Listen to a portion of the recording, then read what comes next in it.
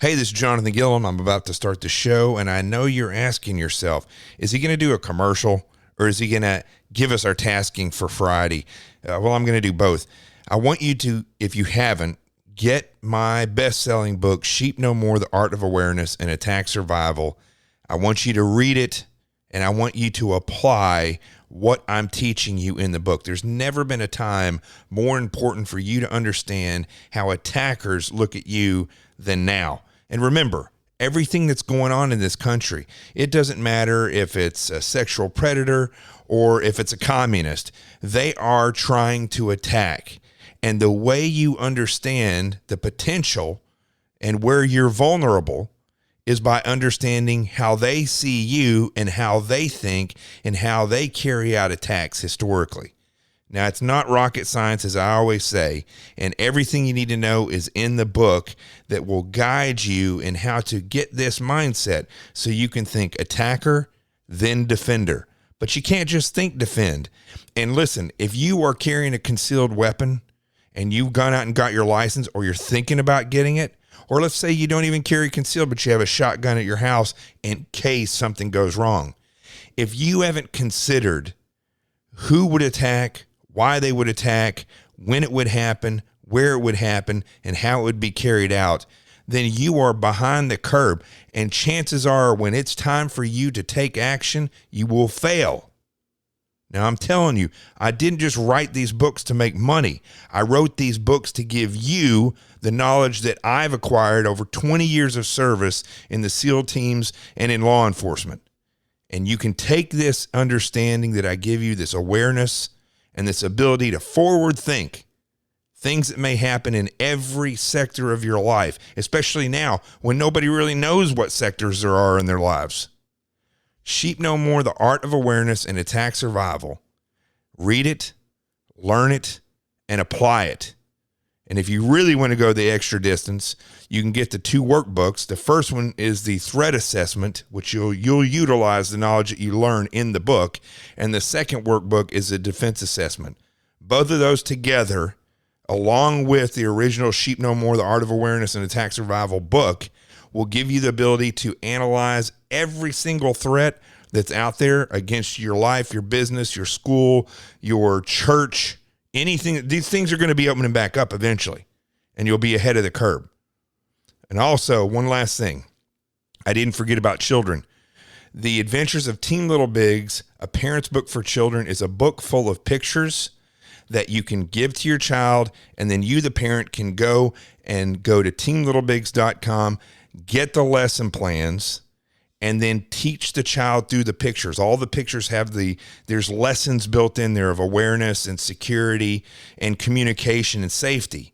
And you can teach them at a very young age, especially now that, school may or may not be getting back in session. This is a way for you to teach your child the basics, which they're going to need to know. Go get all that stuff, apply it in your life, and have a great Friday. Let's start the show.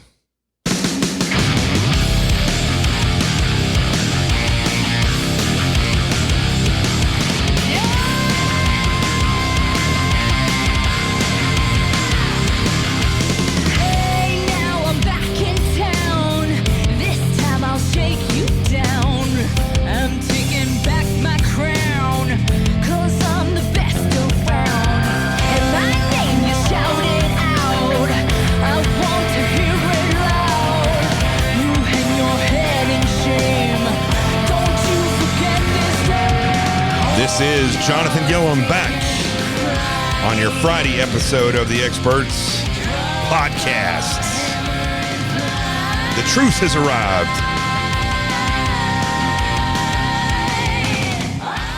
Okay, so that was your tasking. A little long today. Remember, I make this stuff as I'm going along. I got this incredible piece of equipment called a Rodecaster Pro, which allows me to do everything. I do it all. For the longest time, I was searching for a producer for this show. But as I did with the video show for several years, I produced the whole thing. This Rodecaster Pro, if you're wanting to do a podcast, you need to check this out. This piece of equipment changed everything for me. And it's interesting because when I look at this and I look at how I've evolved, doing the video cast and learning all this stuff. When I was going to Fox News and CNN and all these different locations, where I was doing BBC and OAN and Newsmax and all these different places, I didn't just go there, do the hit, and then leave. I never do that. I always want to find out what the inner workings are and how things work. It's one of the reasons why I can analyze media better than most people who've even been in media, is because I tried to learn every aspect of what was going on. I got to know the sound guys. My buddy Dion from Fox News is an amazing guy. I watched how he worked. I watched how the guys, Jesse and those guys at Newsmax did what they did, or what they do. I'm still on there sometimes, but how they do, the sound, how they do the cameras, how they do the lighting was huge. Sound was probably bigger than anything. And so I studied this stuff, watched them, and learned. And as I produced the video podcast of the experts years ago, from about 2015, I think is when I started, all the way up to 2018, I really did master this craft, except I didn't have this piece of equipment. And so I had to, what's interesting is the things I'm doing on this with just a touch of a button, I was having to manually do and buy a piece of equipment to do this and another piece of equipment to do that.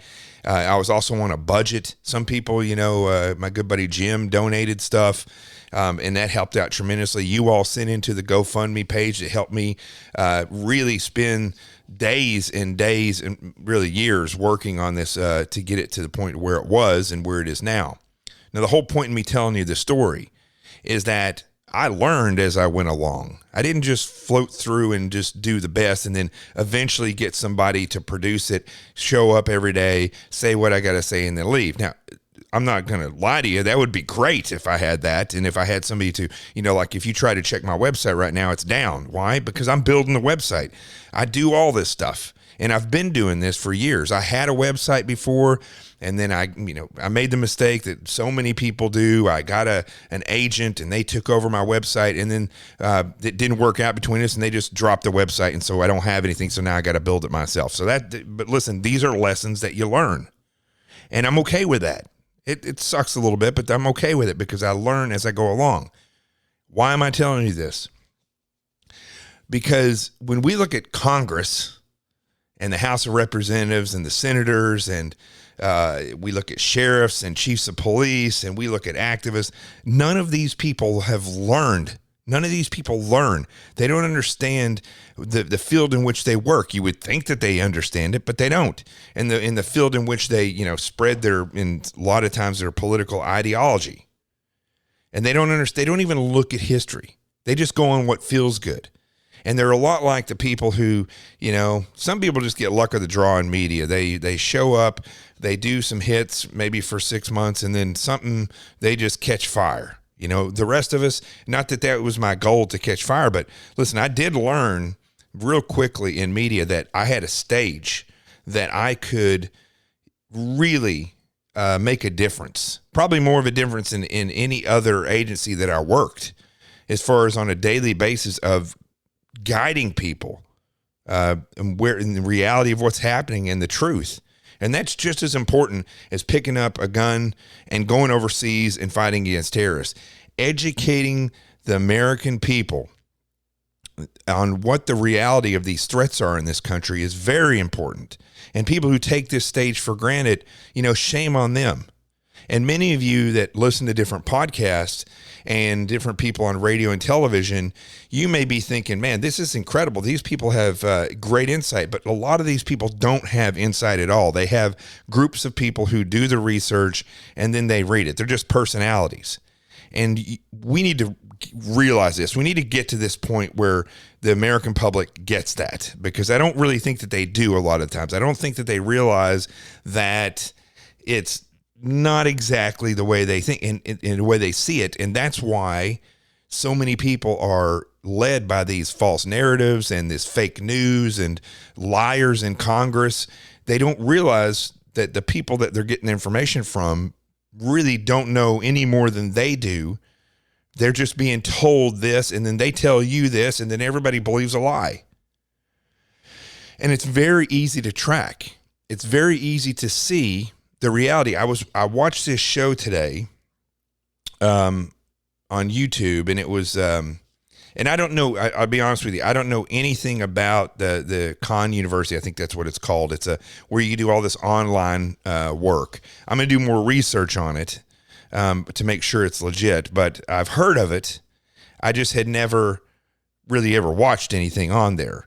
And then I was looking up to see, because I like to see how media is playing these tricks and social media. So I looked up communism and the history of communism on YouTube. And like I expected, almost all the videos are brand new. And many of them are kind of confusing when you watch it because they, like The Economist magazine, one of when you deal with, I'm not going to go into too much detail with this, but when you interview with certain agencies, the first thing they ask you, do you read The Economist magazine? And it's like their litmus test of whether or not you're well read. And I could never really figure that out. But the more I started to look at The Economist, one thing is it's extremely dry, but it is like an Intel magazine, basically. But it's interesting how far left it's gone. It may have always been left, I don't know, but since I've been looking at it, it's pretty far left. And so it's factual information with cleverly disguised leftist material in it, basically. So I looked at one of their videos, and the video was Karl Marx wrong? Now, they did conclude that he didn't quite get it right, but they did kind of say that he did get it right. And the reality is when you look, and that's what I liked about this video that I watched today, or I watched the other one today as well, or tonight, is that this guy really explains it quite well. And it's very interesting when you look at the way he lays this out. Again, I'm going to go over this again because I'm going to research this a little bit more in the depth and get some people who know a little bit more about the history of communism, because and then I'll follow up on that. But the reason why I'm so interested in this is two reasons. One, I wanted to see how media is skewing this and if it's much more of an issue on media, and sure enough, it is. See, again, I just did that commercial for you guys at the beginning of the show and gave you your tasking to read my book and apply it. But this is the way I think. I didn't just write that book just to write it and make money. This is the way I look at things. I try to forward think, how would the leftists try to indoctrinate us? I mean, we have clear examples of this in the Department of Education, in the teachers unions, and in the schools, and how they do this. It's no secret to anybody. So you can kind of take those tactics, techniques, and procedures that they use, and you can kind of look at social media and see the same thing. And so I figured when I looked at YouTube and typed in history of communism that it was not going to be a bunch of old videos demonizing communism. And sure enough, that's what it is. There's hardly any videos that are more than a year old about communism, that come up immediately. I'm sure if you dig, you'll find them. But this one was several years old. And as I was going through, and I guess this, and I hope I'm calling it right, the Khan University, I'd heard of it before, and let me just look that up and make sure that that's correct, that it's a way to do online education. Khan Academy, that's what it is, the Khan Academy. And so this is the first video I watched, and I thought it was very intriguing. So I'm going to do some more research on it. But what this guy talked about was how capitalism, socialism, and communism all differ, and where countries fall on the line and how they developed. And capitalism's been around. I don't know when the term, I didn't get to this point in the research, but capitalism has been around for a long time. Socialism, although I'm sure it evolved and I wasn't able to research that fully right now. Again, I got to get somebody who's more of an expert in this, but this is what I've found is that, and after talking to Drago, who, if you haven't listened to that episode, it's episode number 2, Drago, who started ConnectZing, if you haven't checked that out. ConnectZing is it's like Facebook and Twitter, but it doesn't have the censorship, and it's not clunky like Parler, and we're not collecting your information. Drago's not collecting your information. So, and selling it on the open market like they do, and all these other, including Parler. Okay. So episode number 2, Drago is on there, and Drago was a Polish citizen that was held in prison or a re-education camp for almost 3 years for being a part of the Freedom Underground. He then got out, came to the United States, became an American citizen, and then became a Navy SEAL for 20 years, retired. Now he's a computer programmer. So he started this. Well, he described, how, because I was always saying communist Poland or communist Russia, and he really cued me in on the fact that it's not communism, it's socialism. And the only one that's really come close to communism, but not really close, is the USSR under Lenin and then Stalin. But here's the catch-22 of that is, let me look at this. Capitalism is private property, right? That's what it's all based on, is private property. You own property, which gives you capital. And whether you want to call, your land or you call a business your property, that's where you get your capital. So you own a lot of land. You have to hire people to come and work on your land. And as you make more money, and they're going to get paid a wage, but as you make more money as the landowner, you can then buy more land, which means you get more capital, which means you're going to get more money. But at the same time, which Karl Marx didn't envision, you're also going to be employing more people. And so as back, let's not lie about it, back in the 1800s and before that, being one of the employees, quote unquote, was not a great deal. I mean, you made enough money to live on, but horrible working conditions. And before that, of course, you were, there were slaves. And before that, you were the masses and kings and queens and czars and so on and so forth that were, their power was handed down generation to generation. So, but that's basically what capitalism is built upon, is you come up with an idea, or you own property, or it's handed to you, and you have people that work for you. You pay them a wage. You develop. You're the owner, so you're the one that gets the riches from it. And if they develop something, like let's say that you have a factory that manufactures, or this guy, you're working for a guy in a factory that manufactures certain things, and you discover that, hey, I can make a piece of equipment that will help this manufacturing company manufacture faster. So you start creating that piece of equipment.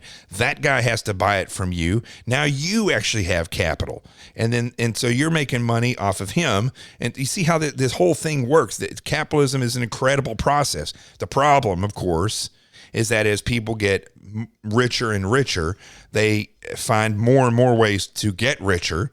And in a lot of cases, this is where regulation and unions came in, is to get better working environments so that people will get a better wage. And so that wealth, believe it or not, will be distributed better, right? And this is where we start moving towards socialism. Now, the U.S. is as far as on his scale, you have, if you took a scale and went, vertically and then horizontally, and vertically is authoritarianism, leading to totalitarianism, where that's just total control. But, and then on the horizontal line, you have the democratic ideology, from capitalism to socialism to communism, all the way on the right. So United States falls mostly into capitalism, but it's close to some socialism. And socialism is a redistribution of wealth and larger government. Now, there's no denying that the United States, as it has grown in modern time, the government has grown leaps and bounds. And it doesn't matter if it's a local, state, or federal government. They're oversized, they're bloated, they're full of people who, much like the czars and the kings and queens, they spend entire lifetimes there, and then their offspring come many times and inherit the seats that they have, because people are too stupid to realize they're voting for somebody because of a name, not because they're worth anything. So definitely government is extremely large in the United States, and there is some redistribution of wealth, although not like Marx would have you have it. The unions, though, have pressed more and more for that, and they have tried to push unions, and different agencies in the government have tried to push, and politicians to push us closer and further into socialism. Now, communism depends on socialism to form. Communism, the ultimate kind of concept, is a classless society where there's no classes, there's no rich, no poor, no middle class, no classes at all, and it's stateless, so there's no government. Now, I'm 50 years old. That's weird saying that because I really feel like I'm still 30. But when you think about that, if you're my age, or if you're even if you're in your late 20s, early 30s, and you have a job that you go to, and you work in an environment where lots of people work in the office, for instance, and people depend on each other, there's a lot of people that if they're not made to do their job, they don't do anything. My buddy, who was a cop in New Jersey, was telling me that, he's probably laughing when he hears this, that volunteer firefighters in these departments, a lot of them on the East Coast especially, are volunteer. When they show up to a fire, everybody puts their lights and sirens on, screams to get there, because that's the cool part of it. And then they show up, and then the same 10 people fight the fire every time, right? The rest of the people drive like crazy to get there with their lights and sirens, getting their adrenaline going. They throw in all their cool gear, and then they don't do anything. That is the problem with classless and stateless. If you don't have an authority to make sure things are running smoothly, and if you tell everybody you're all on the same level, that's the same as saying, there's no trophies here, everybody's a winner. It doesn't work. It is a crazy man's utopia. I mean, even in heaven, the greatest paradise of that in existence, where God himself roams, has authority, which is God. I mean, it doesn't work.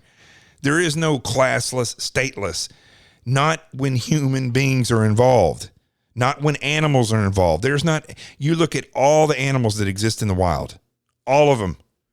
There is not a classless society. There is not a stateless society. There is always a ranking structure, and things work smoother. Well, they work, period. They work.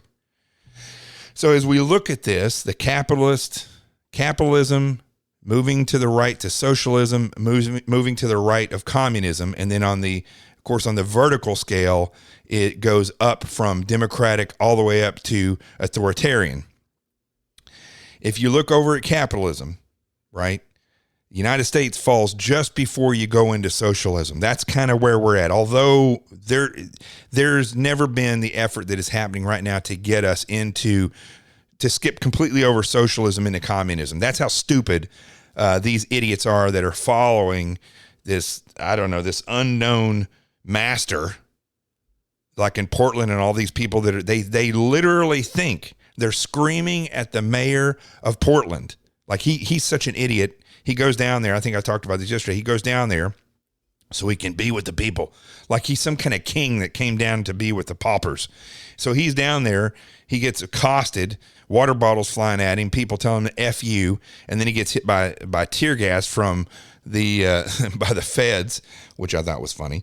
But they really weren't interested. They were saying, you're the problem. You're part of the problem. He doesn't get it. He doesn't understand that these people want to jump all the way over to communism. They want to go from capitalism over to the classless, stateless society. And I'm going to say something about that in a second, because it's very, very interesting. Actually, just say it right now. It's very interesting that these people want to go to that, because in all truth, the only way to get even close to utopia is to give people freedom.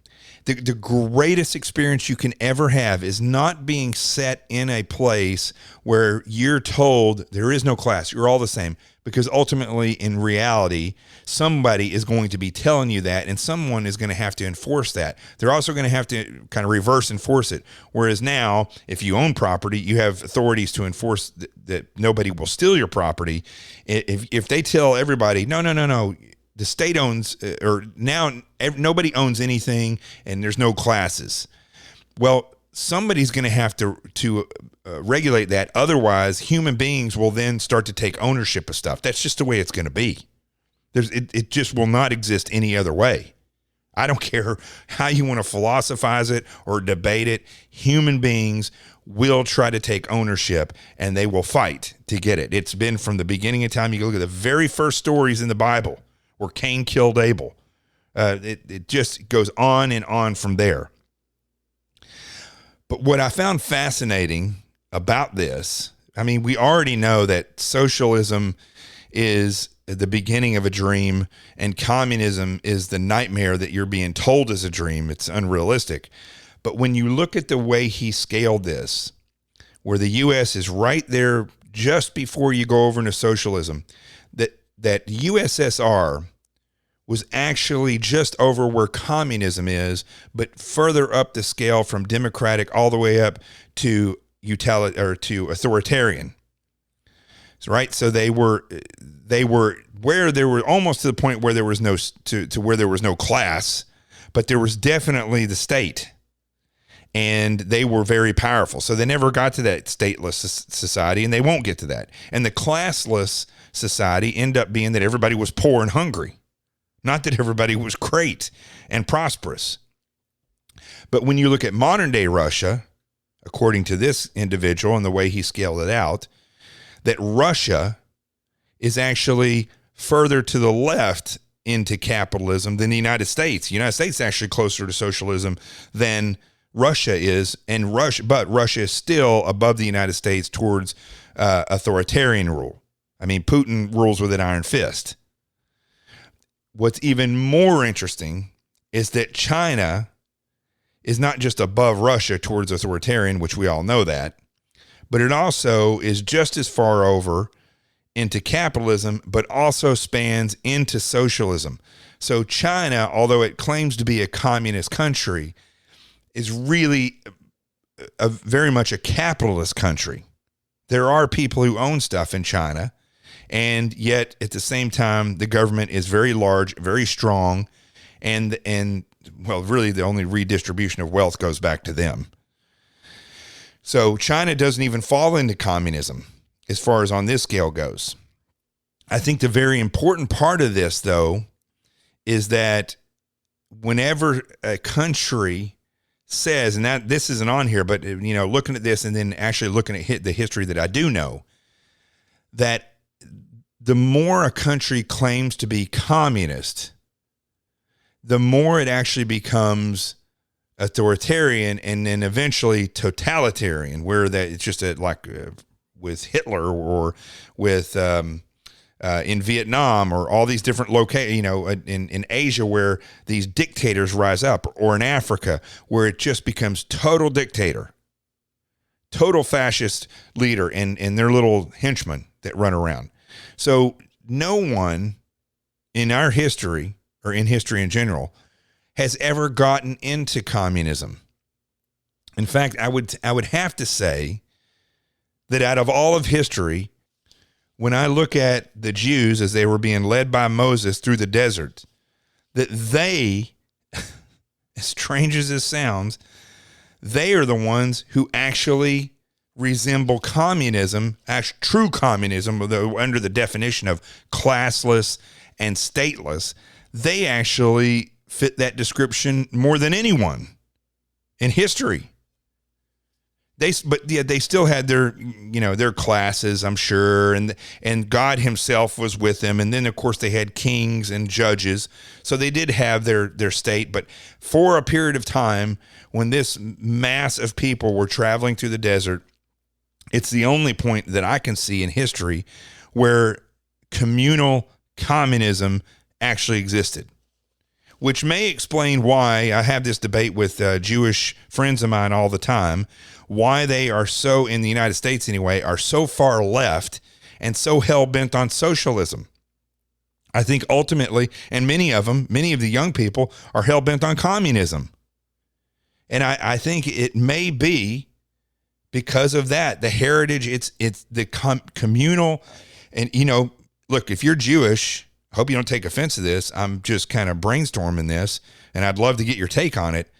But I think it's kind of in your heritage a little bit to think in a communal way. Unfortunately, it doesn't exist in a free, open society by sheer nature of the way that we live, the sheer nature of being free, the sheer nature of, you know, the Jews in the desert when they were with God and being led by Moses, they were not exactly free. They were in a hostile environment. They had to work together. If they got into this class, you know, society and the authority, they were being told what to do here and there in an authoritarian way, it would have destroyed them. You know, God and religion were the center of their community and their communal existence. Everything that they did was centered around God. And that in and of itself was the thing that kept them moving. It wasn't classless. It wasn't stateless. It was actually a centralized authority and being in a hostile environment. I guess. As I try, I'll be honest with you.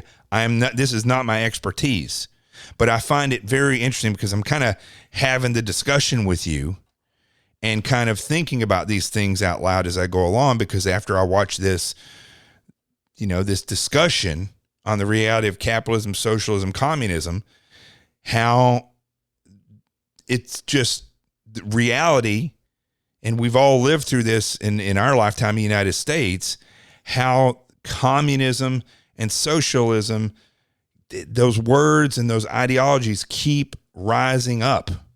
Yet when you look at history, there just has been no cases of true communism because it's impossible. It's just impossible. I'm going to say physically impossible. It's mentally impossible. So we'll see if I get blowback on any of this stuff. But again, nothing I say is out of hatred for anybody. It's just analysis. It's pure analysis.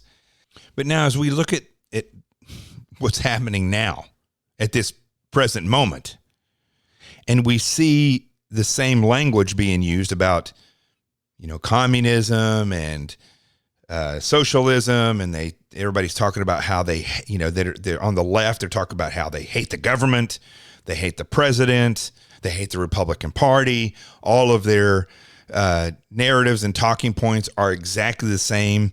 They're very nasty. They're very oppressive. The left in this movement that's happening in the country, you are not free to say anything that they disagree with, because any of them that are in a position of power, they actually work together and will try to injure you if you say something not out of racism, or like many people have lost their jobs just because they said all lives matter.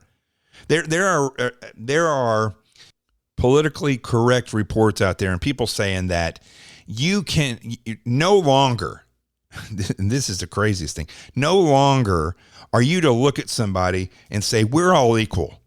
Now it is politically correct for you to recognize color. Like I always say, I don't recognize the color of somebody's skin. I look at character. I look at the content of who they are, what their ethics and morals are, and if I'm employing somebody, are you capable of doing the job, and are you going to do it better than the next person? I don't look at any of this stuff, whether it be gender or sexuality or race. But now you're being told that that's wrong. And that just spits in the face of Martin Luther King Jr., who said himself, you know, it's not the color of your skin, it's the content of your character. It's totally opposite. And why is it like that? Why are these people over the top? Why are they nasty? Why are they mean?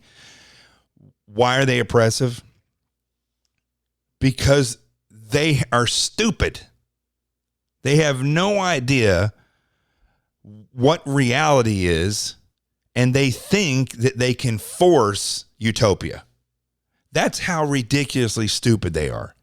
They think government sucks. Government's horrible. But yet at the same time, what they're imposing will require more government, bigger government. They say, government sucks because the Republicans try to rule over you, or, even the mayor of Portland, evidently, who thinks he's one of the people. They hate him because they say you're part of the problem. But what they don't realize is everything that's going on around this country right now that they're a part of, where like in New York City, the murderous governor tells the people that they're not going to reopen restaurants. Finally, they reopen restaurants, right? Well, you got to wear a mask, and you don't have to wear a mask when you eat. Now he's saying that you can't just go into a restaurant and drink, because he's trying to keep people out of social environments. He is not doing that. If you listen to this guy and you watch him, nothing that he is doing is for your health. He is doing it because it's control. And so he's wanting to keep people out of restaurants and bars. So he says you can't just go in there and drink. You have to order a meal. So all these restaurants got smart, and they created the I think it was called the Cuomo chips or something like that, where you could order these chips and then have a drink and sit there. Now he says this is how much of a micromanager this guy is, and how much he treats the people of the state of New York like their children. He says, no. Chips are not a meal. You have to actually order a meal. Can you believe that? And that is what these people are pushing for. Yet they say they don't want bigger government, but yet they're wanting, they are the ones who elected Cuomo. They are the ones who are being supported by Cuomo, by de Blasio, by the mayor of Portland, by the freak weirdo, the mayor of Chicago, the racist mayor of Atlanta. These people, the governor of Pennsylvania, the governor of Michigan, the governor of California, the mayor of LA, these are the people that are supporting and allowing the leftists to get a foothold and to push their communist agenda forward. But yet the communists who are supported by these people want smaller government.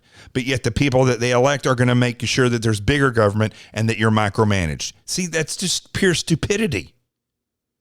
It's absolute jackassery. That I don't even think that they have thought this far through it. Or they think they're going to magically come in and get rid of the government.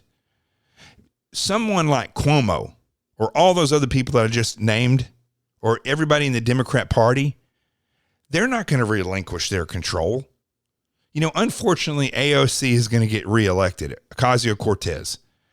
She is as much of a horrific leader as anyone else I've ever seen. She's not a leader. She's a leftist. She would go into full-blown communism if she could, but she's so stupid that she doesn't even understand the reality of freedom and the country that we live in. And I'm going to play an audio piece here in a minute for you, where someone was describing her as somebody who understands the downtrodden and yada yada. She doesn't understand any of that stuff. She has lost and kept more jobs out of New York, which people could have had, than anyone else. Amazon was going to come here and spend billions of dollars and bring employment to New York. And because of her, they didn't come here. And yet she gets reelected with like 18,000 votes, and then comes in and affects the rest of the entire United States. That's how stupid these people are. I just have to ask, though, who is their master? That's the question. That's the unknown question. I mean, I know it's Satan, as I'll say and will keep saying. There's no other way that this authority that rules over these people and coordinates all this stuff, there's just no way that it could be done without a demonic entity behind it. I'm telling you right now, the more you look at it, the more you see this mass coordination, the understanding of how the money works, of how you ship people around. Yeah, human beings can learn and they can coordinate and then get this stuff, but this is global. And although, the leaders in Italy and the leaders in Australia and the leaders in Spain and the leaders in the United States and all around, the conservative people may not realize, as crazy as it sounds, that everybody else is suffering the same fate. Those who are on the left are all in communication, and they're all following instruction. And I can tell you right now that instruction and the coordination isn't just coming from George Soros. It's not just coming from wealthy people or politicians. It's too global. Hey, call me whatever you want, but that's the reality of it. And if you're not looking at that and you're not considering that, you're in a bad place. Now, this whole mindset and the reality of what's happening transcends way past the past 4 months.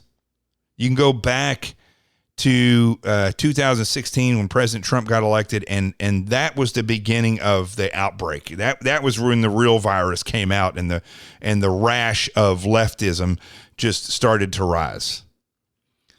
But you can go back, you can go back to the 60s, you can go back all the way to Karl Marx if you want, but Tom Ridge, for instance. Tom Ridge was the first director of Homeland Security. And I remember when he got appointed in 2001, I was still in the SEAL teams. And I remember looking at this guy thinking to myself, he's really odd, this guy. Yeah, he's a veteran and he has done some stuff, but and again, once you get out of official service, you see things so much differently than you do when you're in.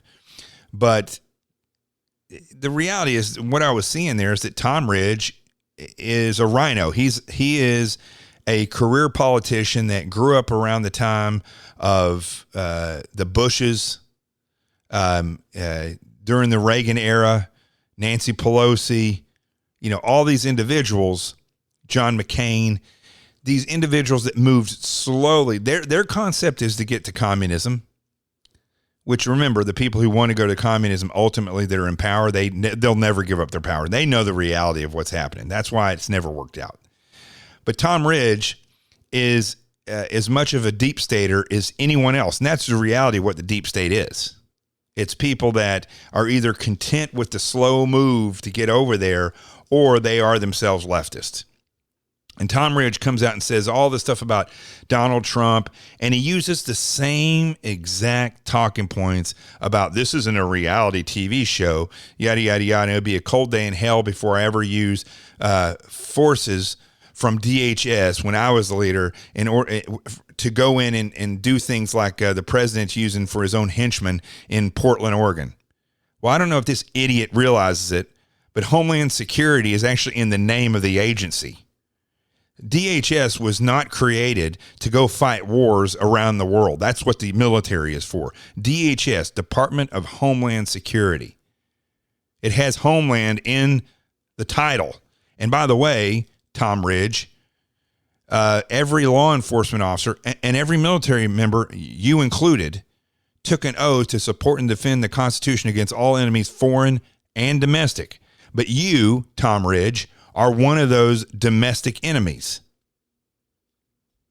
And this is rampant. And I just cannot emphasize enough about the large government that these idiots are trying to get away from, and Tom Ridge and all these other people, and how they condemn the president for doing what needs to be done in order to keep us from going over into socialism and the attempt of communism that these idiots are pushing.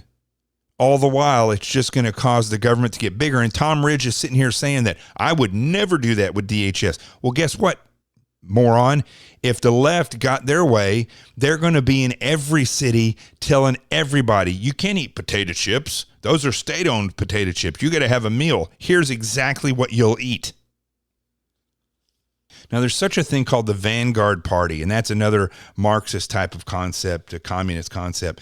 And this is instead of all these political parties, there becomes one political party.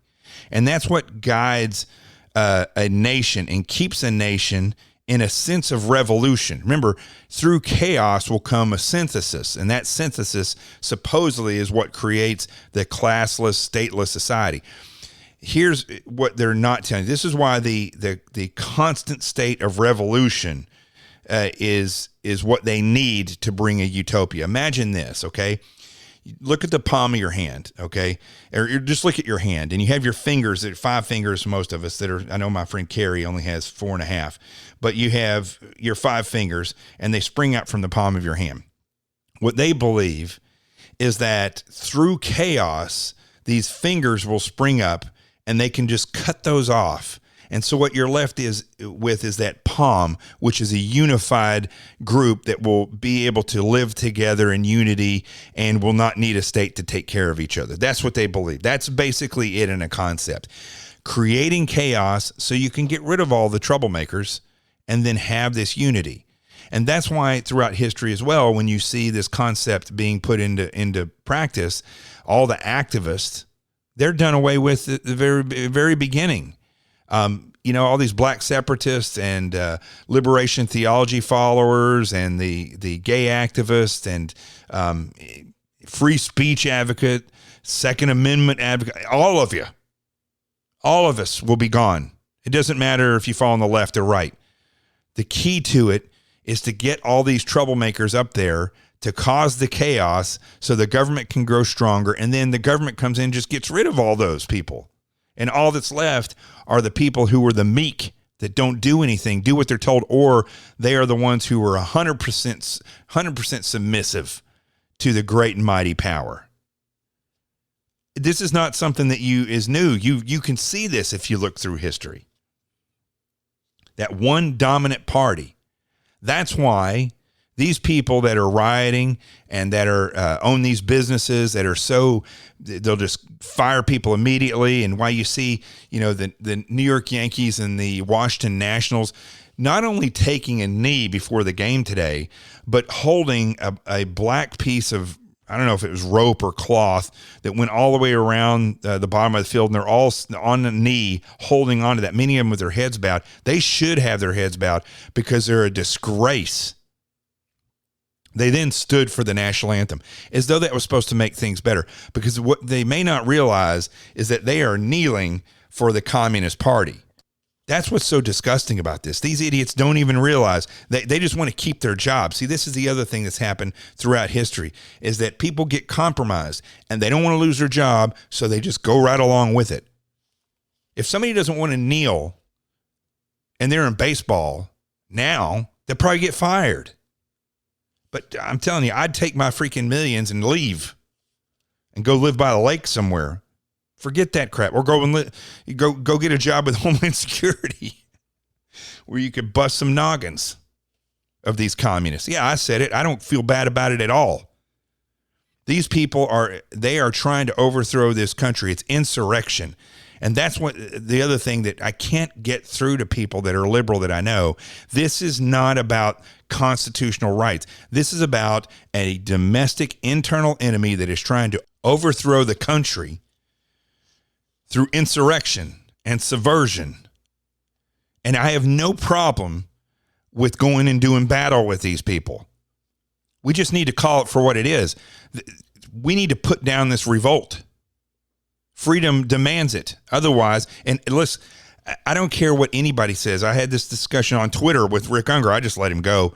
I don't even consider these people acquaintances anymore, to be honest with you, because I don't understand their concept of how they think. But they're equating this to the way the Constitution works. This is the great thing about this nation. If this is what they say, that the people are the ones that can decide what form of government. That's bullshit. The founding fathers decided the form of government. They wrote the Constitution. That's why it's not a living, breathing document. They made the Constitution, and it's a finite document. The only thing that can be amended in that document, as far as I'm concerned, and in the way that I can tell, by studying in college. The great thing that we go to college, that everybody says you got to go to college. And I studied the founding fathers and the presidents, and I have a degree in psychology and political science. I didn't see anywhere in there where they talked about changing the form of government. It's a finite form of government. The thing that can be amended is if we figure out a place where people are not treated equal. And we can change those rights to ensure that all the people in this country are equal. Now, that is the only place that I can see in there. Maybe sometimes, like I believe in term limits should be enacted. Maybe that should be put in there. But again, we're not changing the form of government. We are modifying the structure of the terms that people can serve. Because what happens is people get in there for a career and they jack things up just like this. You got to remember, the government will not revolt against itself. Okay, that's not going to happen. I don't care if people are in the Republican Party or the Democrat Party; they're not going to revolt against themselves. In fact, let me just show you. Let me just play this for you real quick. This is audio. I don't know exactly what happened, okay, because they're all, except for AOC, she's very verbal about it, but I guess Representative Yoho, what a name, from Florida's 3rd District, got into a confrontation with AOC at some point over the past day or two. I'm not sure exactly when it happened. I don't know exactly what he says. Ocasio-Cortez said that he called her an effing bitch several times. I don't know. I haven't seen any video of it, not heard any audio. This is her words.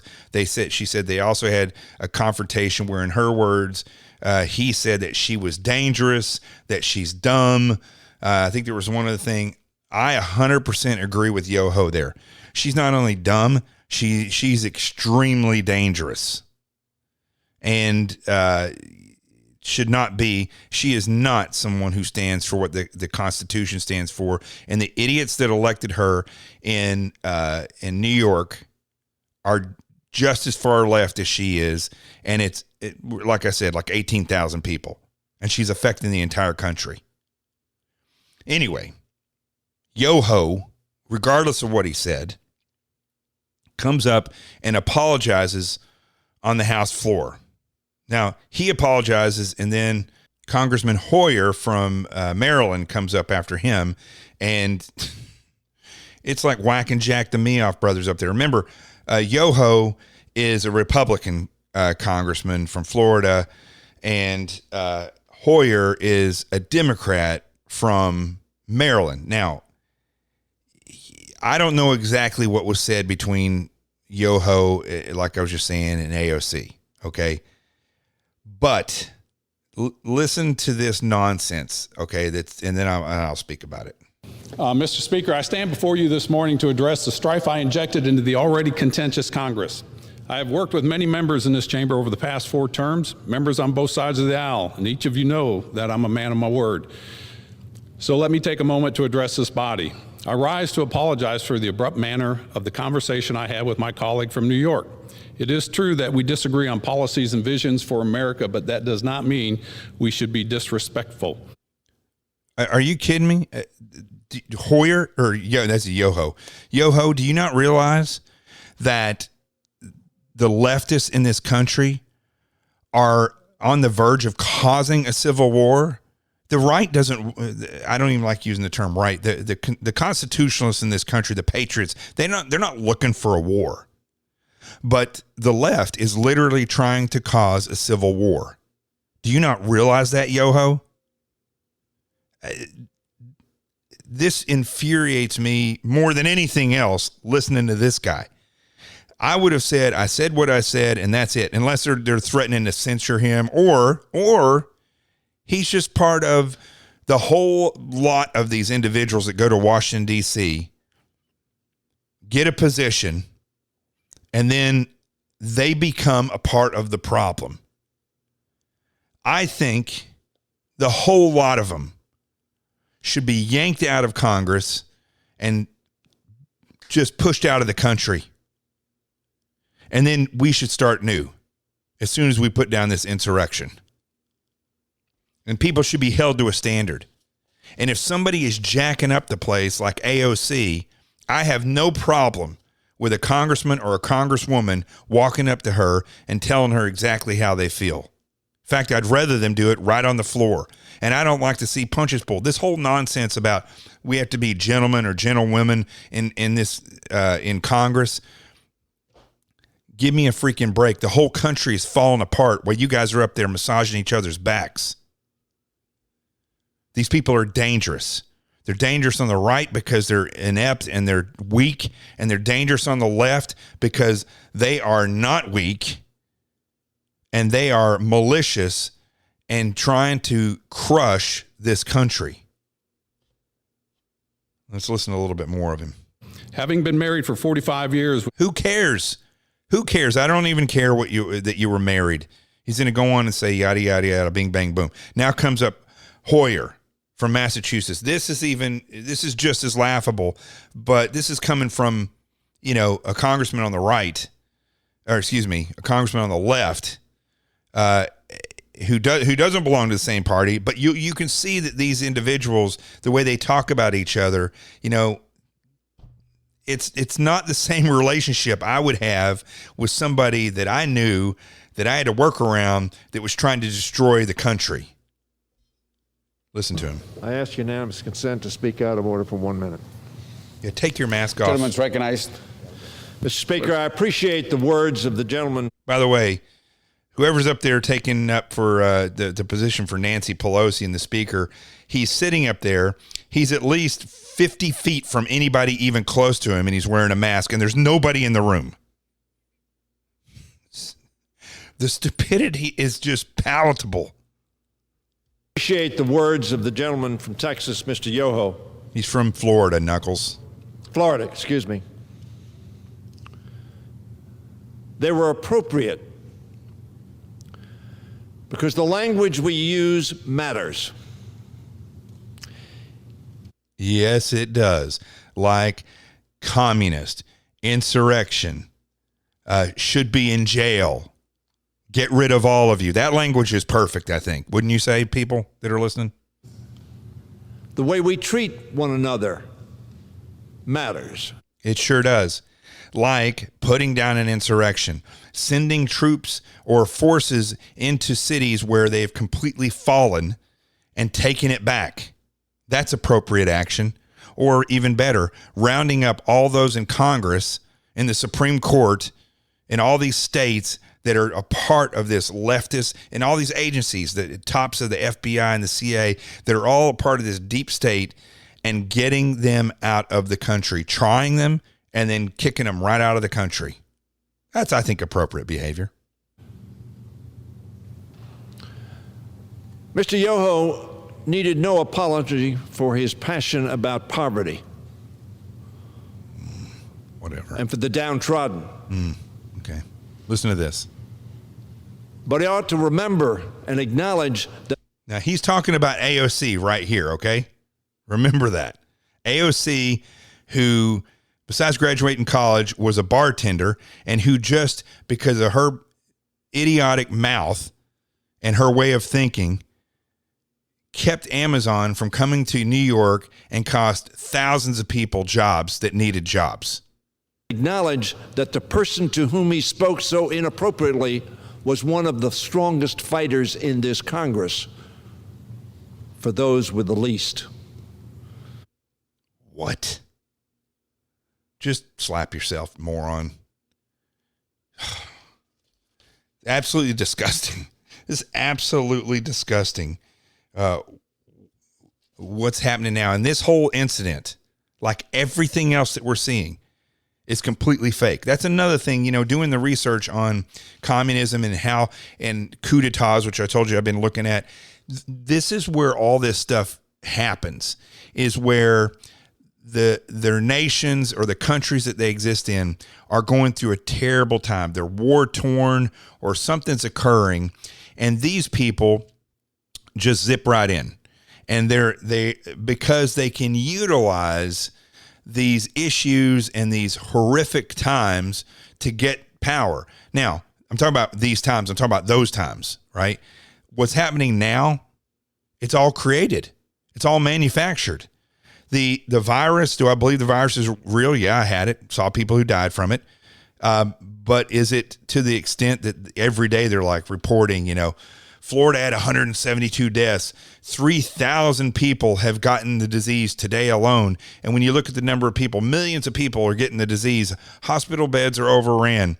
But we're not hearing the drastic increase that we saw in March and April in death. Why is that? Because the majority of those people died because of terrible situations that they were put in by Cuomo and Wolf in Pennsylvania and all these other idiot mayors and governors around the country who decided to put COVID positive patients in elderly clinics. And we're talking over 60,000 people. 60,000 people that we know that died in the homes. We're not even talking about people who left. Think about this. Elderly people who got sick and were discharged and went to the hospital and died, or they went home to their families and died, who didn't know that they had it and then they died, or then they went home and then went to the hospital and died. Those people are not counted in the number, the 60,000 plus that died in the retirement homes or elderly clinics because COVID positive patients were put in there. So we're looking at over half of the patients that have died from COVID-19 in the United States have died because they were elderly and COVID patients were put in to their homes and their facilities by governors. This is manufactured crisis. This entire thing that's happening where these activists are going around and starting these riots and tearing down statues because of Black Lives Matter, it is a created crisis.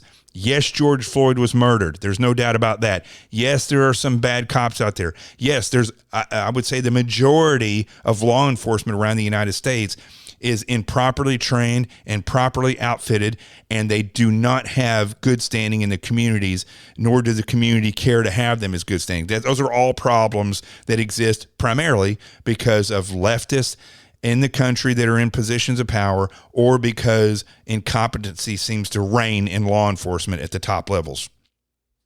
Those are real problems. But the issue of systemic racism and cops just mass murdering people around the country, not true. It's not true. Never in the history of mankind have people been more equal than they are today, especially in the United States. And the only reason that we're not like, it's just completely across the board where there's no stereotypes or there's no issues of judgment or any type of racism or bigotry. By and large, the reason that exists is because no one does anything to get together and sit down and figure out, not by changing the form of government, but by sitting down and saying, how do we stop drug use? How do we stop the gangs? How do we stop children being born out of wedlock and the massive divorce rate that's going around the country and around the world? How do we you want to change racism or sexism or rape or child sex trafficking, any of these things? How do you change it? By changing the ethics and morals of the country, not by changing the form of government. That's not going to do anything.